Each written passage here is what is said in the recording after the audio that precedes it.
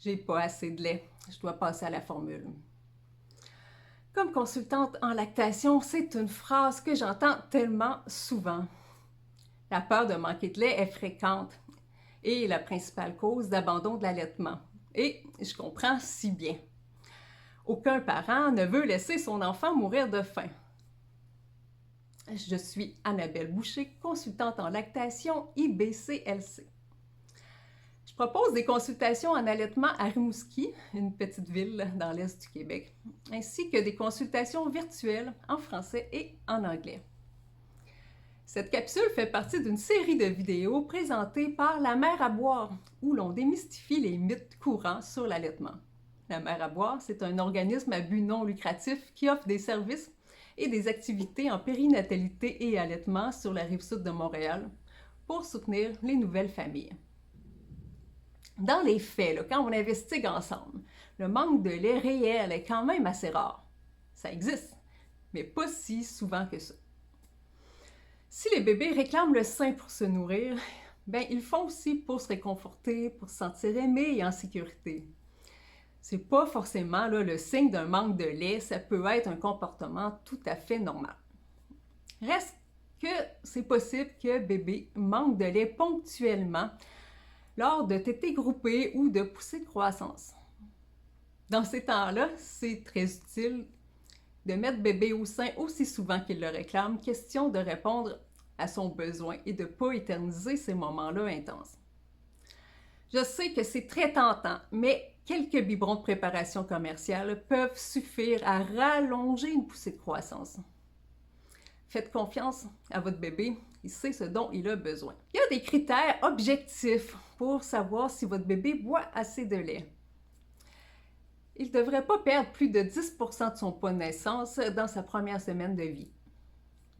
Il devrait reprendre son poids de naissance dans les 10 premiers jours. Il devrait faire un gros pipi par jour de vie jusqu'au jour 6. Si bébé porte des couches jetables, bien il devrait en mouiller au moins 6 par jour et ce pour toute la durée de l'allaitement. S'il porte des couches lavables, il devrait en mouiller au moins 8. Les cacas sont quotidiens et ce même passé 4 semaines de vie, de différentes couleurs de jaune et de vert. Des cacas rares peuvent être les premiers signes d'un manque de lait. Après la première semaine, bébé devrait gagner au moins 30 grammes par jour et ce pour les 3 premiers mois. Par la suite, il devrait juste suivre sa propre courbe selon le graphique des bébés allaités de l'OMS. Si ces critères ne sont pas respectés, bien, je vous encourage à consulter une consultante en lactation certifiée IBCLC pour faire une évaluation approfondie et un plan de traitement personnalisé. Sachez qu'il est toujours possible de faire des choses pour augmenter une production de lait. En attendant de recevoir de l'aide, essayez d'allaiter au moins aux 2-3 heures le jour et aux 3-4 heures la nuit pour un minimum de 8 fois par jour.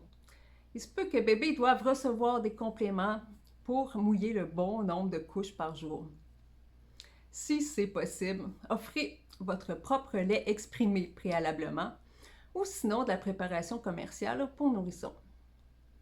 Offrez-en autant que bébé en réclame, si possible autrement qu'avec un biberon, pour éviter la confusion synthétine. Un verre, un cup à médicaments, une cuillère ou un dalle sont toutes des options valides pour offrir du lait à un bébé.